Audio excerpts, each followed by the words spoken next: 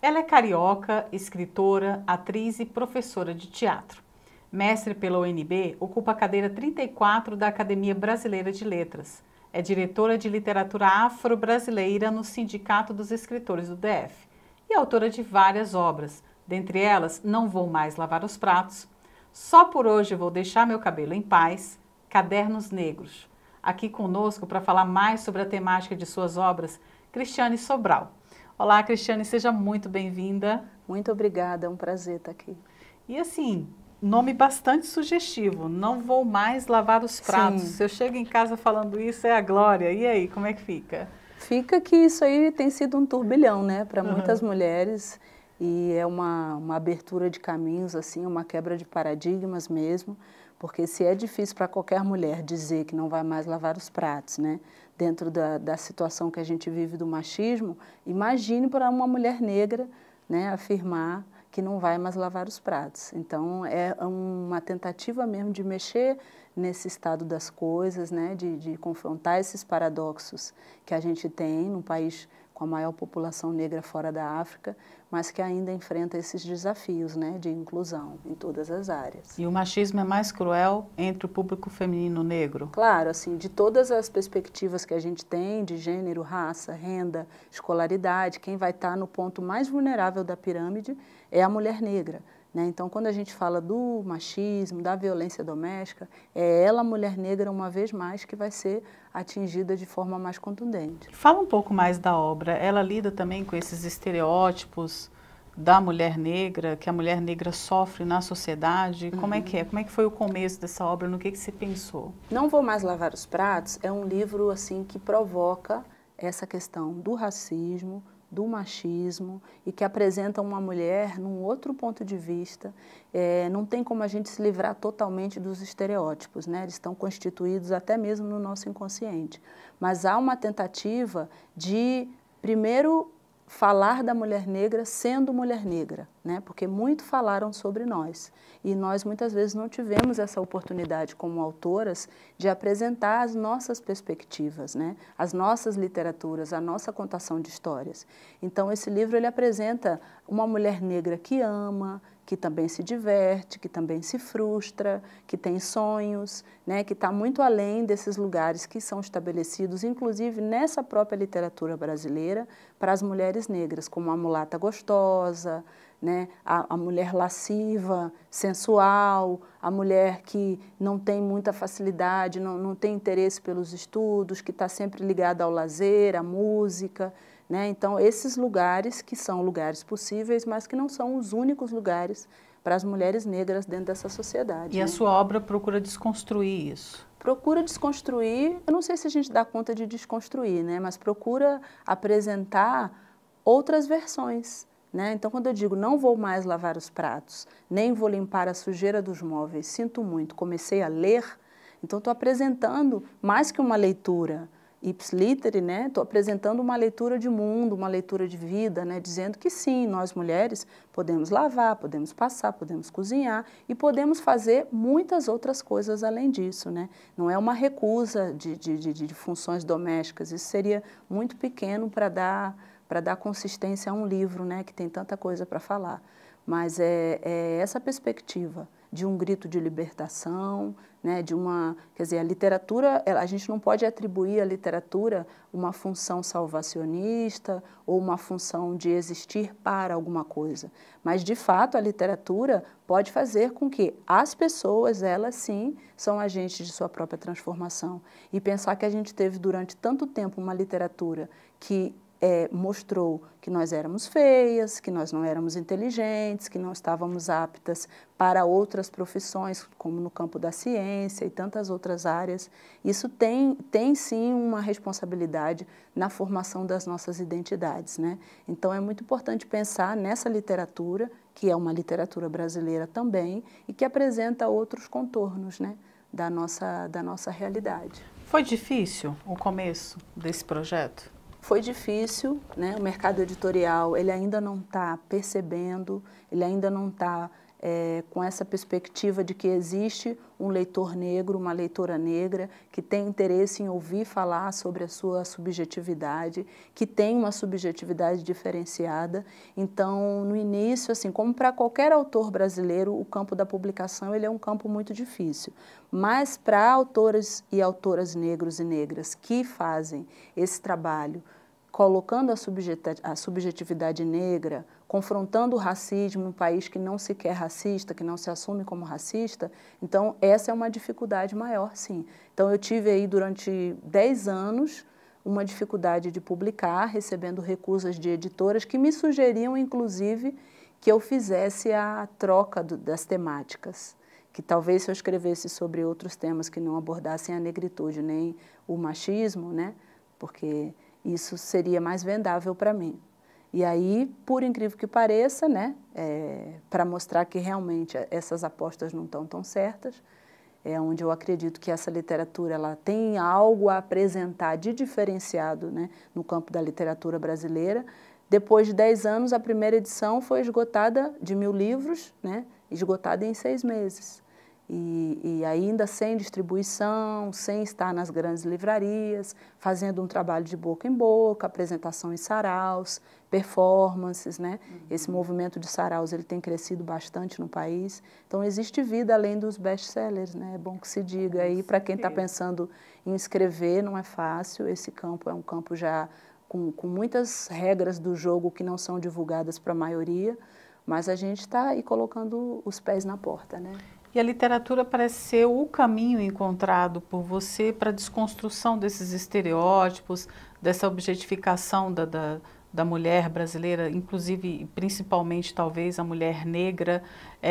Além desse caminho que você encontrou, você também tem a arte, você é atriz, né? Isso. Como é que você trabalha? Você engaja uma coisa na outra? Você também é educadora? Como é que você faz esse... Na verdade, assim, o que eu gosto sempre de dizer, eu sou uma mulher negra escrevendo, sou uma atriz negra, né? E por mais que as pessoas digam, você não é uma mulher negra, você é uma atriz. Mas os testes que eu faço normalmente são buscando uma atriz negra. Então, assim, o próprio mercado já te responde dessa forma, né? Não existe essa invisibilidade, né? Quando uma atriz branca é contratada, o perfil era atriz branca, 29 anos, 30 anos. Né? Então, eu fui diretora durante 17 anos de uma companhia de teatro formada por atores negros, justamente porque a gente queria ter um espaço onde a gente pudesse fazer qualquer personagem. Porque a gente, dentro do mercado, a gente estava sempre nos papéis ligados à escravidão e outras peças cômicas, né? Naqueles estereótipos. Então, como eu disse, não sei se a gente tem essa capacidade de desconstruir esses estereótipos, posto que isso faz parte de toda uma hegemonia, né, de todo um sistema que tem sido implantado desde o período da escravidão, né, que não leva assim pouco tempo para ser... Mas essa perspectiva de ser uma mulher negra escrevendo faz com que as temáticas sejam outras, as abordagens sejam outras. Então, uma mulher negra que se quer como negra, que se assume como negra e fala a partir desse local. Né? Então, é diferente você mora na periferia e você contar como é a periferia. Você que está lá, como eu gosto de dizer, o negro desde dentro. Né? Então, quem vê de fora é o negro que tem a almofada de oncinha na sua casa, que come feijoada toda sexta-feira, que toca para os orixás. E nós que somos negros sabemos que existem milhares de formas de ser negro, né, e que nós ainda estamos em processo de construção, ressignificação da nossa identidade, não tem receita de bolo. Né? O que você traz da sua experiência pessoal? Você tem uma história densa e, ao mesmo tempo, foi uma criança prodígio, que eu sei, que aprendeu a ler e escrever aos 3 anos de idade. Eu descobri esse aspecto da sua vida. E o que você traz da sua vivência pessoal para a sua obra? Quais seriam os caminhos para o enfrentamento dessa questão que é tão complexa e histórica, como você mesmo falou? Os caminhos, eu acho que, eu tenho certeza que eles passam pela visibilidade, né, porque existe um número muito grande de autores e autoras negras no nosso país. Então, a invisibilidade, ela não significa a inexistência. Entretanto, quando você pergunta para as pessoas qual foi o autor negro que você leu recentemente, ou a autora negra que você leu recentemente. E as pessoas têm muitas vezes o silêncio como resposta. Né? Então, isso mostra que a visibilidade ela é um dos caminhos. Outra coisa é entender que nós estamos interessados na produção de literatura, né? Porque muitos acreditam que por ser uma literatura negra, que nós estamos apenas contando as nossas histórias e que isso não teria um mérito, que isso não seria uma constituição de uma literatura. Então, eu sou uma escritora e estou inserida no campo da ficção. É importante que se diga. Nosso trabalho não se resume a contar as nossas histórias, porque eu que decidi ser atriz e escritora enquanto for viva, meu repertório ia acabar muito rápido, né? Se eu tivesse unicamente voltada para contar as minhas próprias histórias. Então, me interessam as histórias das outras pessoas, as histórias que nunca aconteceram, né? Me interessa esse mundo todo que está ao nosso redor, esse universo que todo está ao nosso redor. Essa perspectiva. Agora, em momento nenhum, eu tenho como me desassociar de quem eu sou. Né? Uma mulher negra, carioca, moradora de um subúrbio, né? Uma menina que ficou órfã aos 6 anos de idade e tantas outras informações que me fazem ser a pessoa que eu sou hoje. Isso a gente leva de uma maneira ou de outra, né, para a nossa literatura. Agora, o trabalho na oficina, que é ferramenta de produção de escrita, sentar, ter um horário para produzir, a disciplina para escrever, isso é o ofício de todos os escritores, né? Então, a estética que a gente produz, a preocupação com a estética, ela não é inferior a uma construção de um discurso. Então, uma literatura afro-brasileira não é uma literatura panfletária e uma literatura de discurso, como muitos gostam de é uma dizer. Literatura como outra qualquer e que traz histórias, eu não acredito observação. que ela seja assim, como outra qualquer, né? Porque toda literatura tem suas especificidades. Agora, ela não está aí, né, porque muitas vezes a discussão, quando eu tenho a oportunidade de participar de debates, o foco fica muito mais nessa questão se é panfletária ou não. Eu falo, poxa, mas eu queria tanto falar sobre os personagens que tem na minha obra, eu queria tanto falar sobre as histórias, né? Então, vamos conversar sobre literatura, sobre a literatura que a gente produz, né? Então, nem ler, fala, não, é uma autora negra, eu já sei que ela fala sobre racismo, fala sobre... Né? E nós temos muitas histórias que, em nenhum momento, o racismo é o protagonista. Eu não me permito colocar o racismo como protagonista das minhas histórias, porque eu acho que nós temos essa perspectiva de ser vencedor, né? De querer vencer, de querer... não sei se vai ser possível essa vitória em todos os momentos, mas dessa resiliência, né, no sentido de enfrentar as dificuldades, essa construção de personagens que tenham uma perspectiva de insubmissão. Isso é um ponto que me interessa, assim, quando eu estou contando histórias. E pessoas humanas, com defeitos, com contradições, com seus paradoxos, né? Uhum. E só por hoje vou deixar o meu cabelo em paz. É outra obra, né? E eu estou curiosa para saber. O que é deixar o meu cabelo em paz? Cara, isso para qualquer mulher já é uma coisa muito difícil, né? Você dizer assim, que mulher brasileira que não tem problema mesmo com que cabelo. Quisesse, poderia deixar o seu cabelo em paz, assim, diante de toda a ditadura. O Brasil é o segundo país no mundo que mais consome cosméticos, só perde para os Estados Unidos. Nossa, eu não sabia Então, assim, a gente tem uma obsessão pela aparência, e a aparência, no caso de um país racista, é processar os cabelos quimicamente e ter essa possibilidade de estar no padrão, né? Então, quando eu falo assim do recorte específico das mulheres negras e dos meninos também negros, são pessoas que desde a sua infância sofreram bullying na escola, sofreram racismo por conta do cabelo. O cabelo era feio, o cabelo era bombril, o cabelo era duro, o cabelo era ruim, né? Então, só de dizer que o cabelo é ruim, cabelo é corpo. Então, quando eu digo seu cabelo é ruim, eu estou atribuindo um valor negativo à sua pessoa, não só à questão do cabelo. Isso influencia a autoestima, a construção da identidade, tantas outras coisas. Então, para dizer só por hoje vou deixar meu cabelo em paz, essa frase eu tiro do AA, porque a gente tem um espetáculo no Cabeça Feita que chama Alisantes Anônimos. Então, era uma brincadeira com um grupo de ajuda para pessoas que queriam parar de alisar o cabelo. E elas se mostravam com muita dificuldade de fazer isso, né, por conta de todo o padrão que...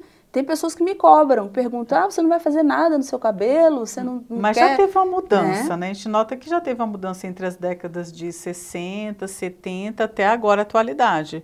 Eu já noto que existe Eu vejo uma mudança entre os jovens. Aí eu vejo uma mudança, eu já vejo, né, nas escolas públicas, eu já vejo muitos jovens assumindo o cabelo, usando Black Power e tudo mais. Mas quando você chega nas empresas, por exemplo, você entra numa agência bancária, você observa todos os funcionários, você vê que todo mundo está no padrão. Você não vê um funcionário de dread, você não vê uma funcionária de trança, aí você vai ver os empregados de limpeza, aí você já vê. Entende? Então, assim, isso mostra que para, de alguma forma, chegar nessa posição, é necessário melhorar a imagem. E melhorar a imagem dentro do que é o Brasil significa negar um tipo mais que isso, significa embranquecer. Ter boa aparência no Brasil significa utilizar recursos para embranquecimento. Você entra nas lojas de cosméticos, o que mais tem é creme, é um tal do creme clareador. Eu olho aquilo e falo, meu Deus, mas o que é isso? E está sendo vendido aí a todo momento, né? Então existe essa perspectiva real, assim, de que, olha, você melhorou de vida, você lembra como era seu cabelo antigamente, que era horrível? Nossa, seu cabelo tá lindo, tá liso, né? Tá comprido. Se você não tiver um cabelo liso, você pode comprar um cabelo liso, fazer um aplique, gastar uma fortuna e colocar na sua cabeça para mostrar que você venceu, né? E eu sou muito contundente aí no Só por Hoje Vou Deixar Meu Cabelo em Paz, no sentido tem um poema que chama Pichain Elétrico. E aí ele fala, naquele dia meu pichain elétrico gritava alto, provocava sem alisar ninguém, meu cabelo estava cheio de si. Então, assim, não tem um dia que eu estou com meu cabelo natural que não seja motivo de assunto em qualquer situação. Ou em pessoas que me param na rua, pessoas que nunca me viram, querem passar a mão no meu cabelo. E eu fico perguntando, vocês que têm cabelo liso, as pessoas ficam a todo momento querendo botar a mão na cabeça de vocês? Porque eu acho que isso é uma coisa íntima, né? Cabelo e tal. Mas, Cristiane, então, o Brasil é uma grande contradição, né? Porque é um país essencialmente negro, sim, que se diz não racista, mas que é racista. E que, ao mesmo tempo, tem essas duas culturas maravilhosas, que é a negra e a índia, e importa a cultura eurocêntrica historicamente. Como é que a gente lida com tanta contradição no ambiente? Na questão da sociedade, nas escolas, como é que a gente faz para driblar essas questões? Primeira coisa seria aceitar que nós temos o problema. Então, o simples fato da gente não ter ainda assumido, enquanto país, que nós temos um problema, e esse problema está relacionado ao racismo, que nós temos mais de 100 milhões de pretos e pardos nesse país, que consomem, que vão à padaria, que vão ao hospital e que sofrem todo tipo de discriminação em vários setores, que não adianta você ser negro e ter dinheiro na conta, porque o racismo vai continuar te perseguindo. Você é negro de terno, né, você pode ser confundido com segurança, com garçom, dificilmente com um advogado ou um deputado, por exemplo. Né? Então, são questões que, primeiro, nós não investimos numa educação étnico-racial. Então, para a gente não discriminar, a gente precisa aprender a não discriminar. No momento, ela só existe na lei. Só existe na lei. São 13 anos da Lei 10.639, que ela indica, né, o estudo da história do negro e da história da África, e teve o acréscimo da Lei 11.645, de 2008, que indica o estudo também da cultura indígena, né, da história indígena e tudo mais. E nós sabemos que, nós que somos professores, sabemos da dificuldade da implementação dessa lei, embora já tenham passado 13 anos. Então, discussão sobre o negro continua resumida ao 20 de novembro, que não é uma discussão séria, o que eu digo que não é uma discussão séria? No 20 de novembro, é bom que se diga assim, existem professores maravilhosos que estão fazendo um trabalho fantástico, então não posso generalizar, né, dizer que em todas as escolas acontece isso. Mas nós temos muitas escolas que ainda trabalham 20 de novembro como dia de ter uma roda de capoeira, de vestir os meninos com uma roupa africana, dia folclórico, como se a África fosse um país, né, e dançar e fazer um desfile de beleza negra, né, e só. Então, a questão do negro, Dia da Consciência Negra não é dia do negro. Dia da Consciência Negra é dia de todo brasileiro, de toda brasileira, né? Pensar e falar qual é a consciência negra que nós temos, sabendo que nós somos um país que teve tanto tempo de escravidão, né? Que importou imigrantes para branquear o Brasil, cujo Rui Barbosa foi lá e queimou todos os documentos da escravidão porque nós, negros e negras, não temos direito nem de saber quem são os nossos antepassados. Então, isso é uma violência que o Brasil mata quase 80% de jovens, né, em confronto policial e que, na idade, se eu não me engano, de 18 a 24 anos, e que os jovens não negros dessa mesma faixa etária têm homicídios em acidentes de trânsito. Então, há um projeto em curso, né, que é um projeto de genocídio negro. Genocídio negro. E isso é muito sério. Então, diante disso, quer dizer, você primeiro não admitir que existe racismo. Eu tenho filhos em escola, meus filhos sofrem racismo na escola. Já foi, né, para instituições internacionais, sim, né?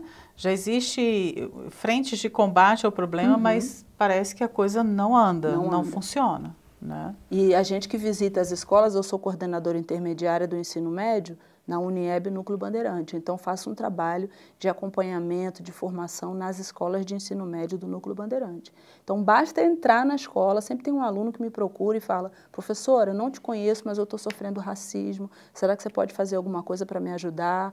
Né? Muitas vezes eles dizem: olha, eu tenho vergonha de falar, ou eu já falei e as pessoas disseram que é mimimi, que isso não tem nada a ver, e eu estou com vergonha. Né? Esses dias teve uma situação de uma aluna que estava em casa, que já não está conseguindo mais ir à escola, porque ela falou: eu fui muito humilhada na sala de aula, né? E eu conversei e não aconteceu nada. Então eu não quero mais voltar para a escola, porque aquela escola não é um bom lugar para mim. Então é dessa forma que nós somos tratados, né? E há uma tentativa de desqualificar essa discussão, né, dizendo: ah, mas todos sofrem discriminação, ah, mas o gordo também sofre discriminação, né? Ser negro é uma condição indissociável. Você nasce negro, cresce como negro e vai morrer como negro. Não há cirurgia plástica, não há regime, não há cirurgia de redução de estômago que tire de você essa condição. Na sociedade, nós vimos recentemente toda essa legislação, favorecimento, né, a questão do negro no Brasil, temos a lei de cotas. Sim. Como você avalia? Você acha que nós andamos, ou essa legislação está esquecida no fundo da gaveta? É só uma legislação, ela não é cumprida? Avançamos? Só, ela é cumprida, ela é uma legislação muito importante, ela mudou o panorama da universidade. Eu sou a primeira negra formada no Departamento de Artes Cênicas da Universidade de Brasília. Eu me graduei em 1998, antes do sistema de cotas. Então, naquela época, eu fazia parte de 0,1% de estudantes negros na universidade. Isso significa que a UNB tinha um sistema de cotas de 99% de estudantes brancos. Então, o sistema de cotas para negros não está inventando a pólvora. Inclusive porque nós não temos tempo de discutir, mas tem vários outros períodos da história do Brasil em que foi adotado o sistema de cotas, né, por várias outras razões. A questão é, a entrada de estudantes negros na universidade, ela tem causado um furor e um impacto. Esses estudantes estão sofrendo muito ao perceber que não adianta, quer dizer, o ingresso do estudante negro na universidade é um momento. Agora, um outro momento é pensar que, se a universidade continua com a mesma estrutura, com o mesmo pensamento hegemônico, com o mesmo pensamento eurocêntrico, de que maneira esse ingresso vai ser, de fato, um avanço para a sociedade? Como acontece nas escolas também, né? O estudante negro questiona as emendas das disciplinas, por exemplo, onde não existe nenhum autor negro dentro do programa de curso das disciplinas. E isso não é discutido. Então, logicamente, se eu estou colocando o estudante negro na universidade, se eu estou colocando o estudante indígena na universidade, eu preciso ampliar o pensamento das pessoas que estão gerindo a metodologia e daqueles que estão sendo formados em licenciatura, que futuramente serão os professores.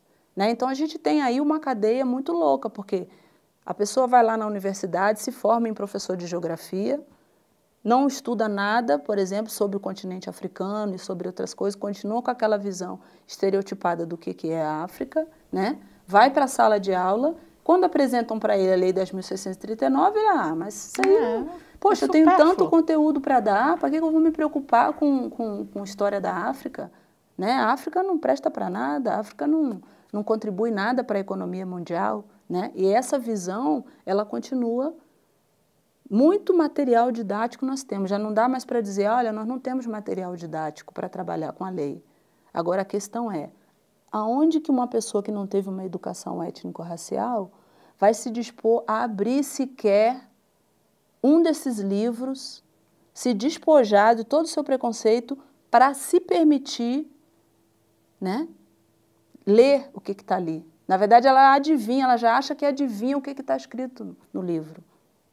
Porque para eles a gente, né, quem está produzindo esses conteúdos, então, minimiza, desconhece um Egito negro, toda a contribuição científica, a estrutura social, os capítulos da história da África, minimiza, né, toda a sapiência de Lélia Gonzalez, de Abdias do Nascimento, de Carolina Maria de Jesus, de Conceição Evaristo, de Maria Firmina dos Reis, primeira autora negra classificada lá no século XIX, de Lima Barreto, tem seu centenário, está sendo homenageado da Flip, né, um autor, um belíssimo autor, por quem, inclusive, Jorge Amado, que é um dos escritores mais lidos e admirados no nosso país. Jorge Amado tinha muita admiração por Lima Barreto e considerava muito o valor da escrita. Desconhece a negritude de Machado de Assis,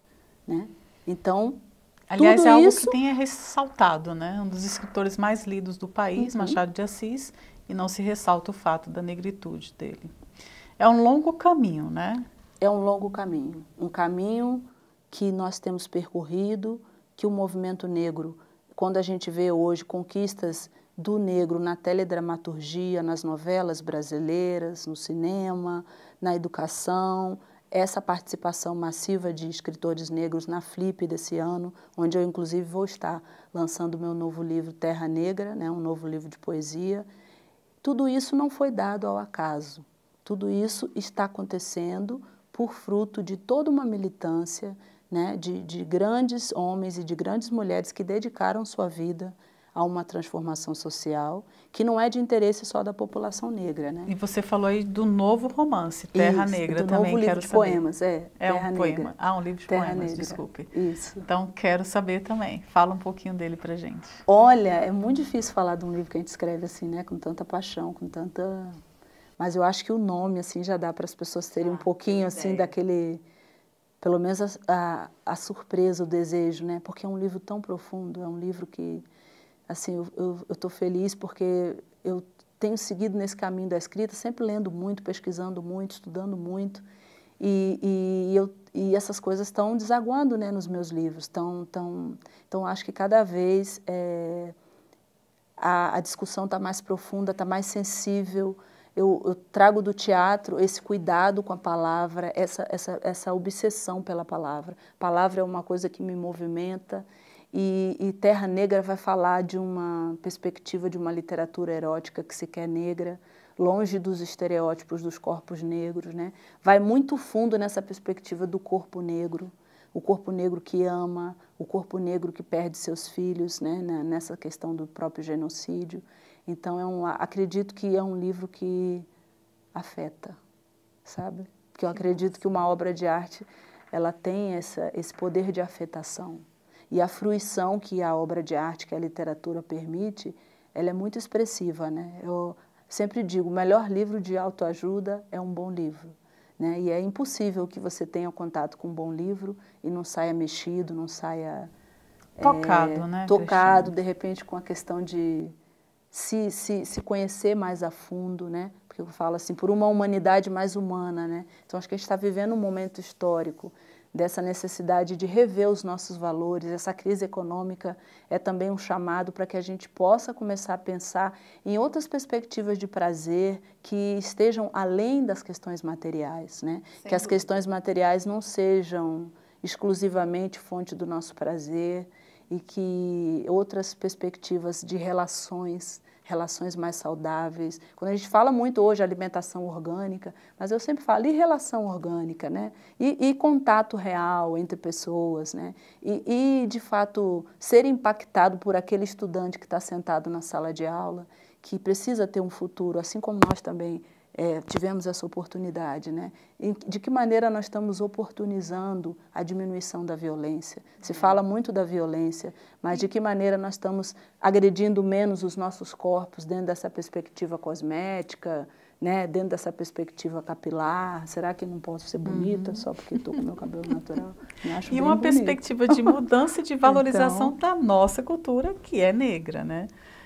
Mas aí é complicado, porque aí eu vou dizer para vocês que o Brasil ama a cultura negra, né? Isso, inclusive, vai ser usado contra nós. Que o Brasil ama a música negra, ama a cultura negra, mas quando se fala do negro e da negra, aí parece que a coisa muda um pouco, né? E não são os negros e as negras que desfrutam toda a riqueza econômica, por exemplo, que a música negra traz, né? Então tem toda uma discussão sobre vários ícones da música brasileira que morreram no ostracismo, que morreram na pobreza, embora seu trabalho seja digno de nota e que ninguém é capaz de questionar, né? Um Pixinguinha, um Noel Rosa, um Cartola, enfim, tantos outros, né? Elza Soares, a nossa diva, mas quando a gente pensa no tratamento que de fato essas pessoas têm, né, esses ataques cibernéticos aí de racismo, que mostram que mesmo as atrizes globais, né, elas também passam por essa experiência, quiçá nós que somos mulheres aqui, né, num outro momento, quiçá as mães dos nossos alunos que estão dentro de uma outra perspectiva. Então, se um artista de renome sofre racismo, imagina o que acontece, né, com o guardador de carros que está lá fora agora, né, com o porteiro da escola dos seus filhos, e de que maneira nós estamos educando as nossas crianças para aprender a lidar com as diferenças. É hora, né, de repensar. Cristiane, muito obrigada pela sua participação. Sem dúvida, foi muito enriquecedor. Um papo muito cabeça, aqui, né? Não, mas maravilhoso. Que as pessoas tenham curtido. E me procurem aí nas redes sociais. Mesmo. Eu estou no Facebook Cristiane Sobral Artista.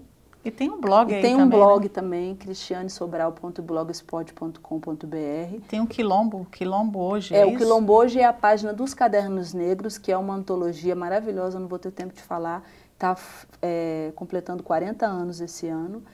Pelas minhas redes sociais, vocês também podem fazer contato para adquirir os livros, Não Vou Mais Lavar os Pratos, e o Só Por Hoje Vou Deixar Meu Cabelo em Paz, também o Não Vou Mais Lavar os Pratos. Tem o Espelhos Miradouros, Dialéticas da Percepção, que eu não trouxe hoje, que é um volume de contos, e também o Tapete Voador, que a gente vai lançar também a 2ª edição agora na Flip. Perfeito. Vamos fazer uma vitrine dessa arte negra que é presente no Brasil desde sempre e que infelizmente não é valorizada como deveria. Maravilha. Vamos mudar esse curso da história. Com certeza. Obrigada. Nada.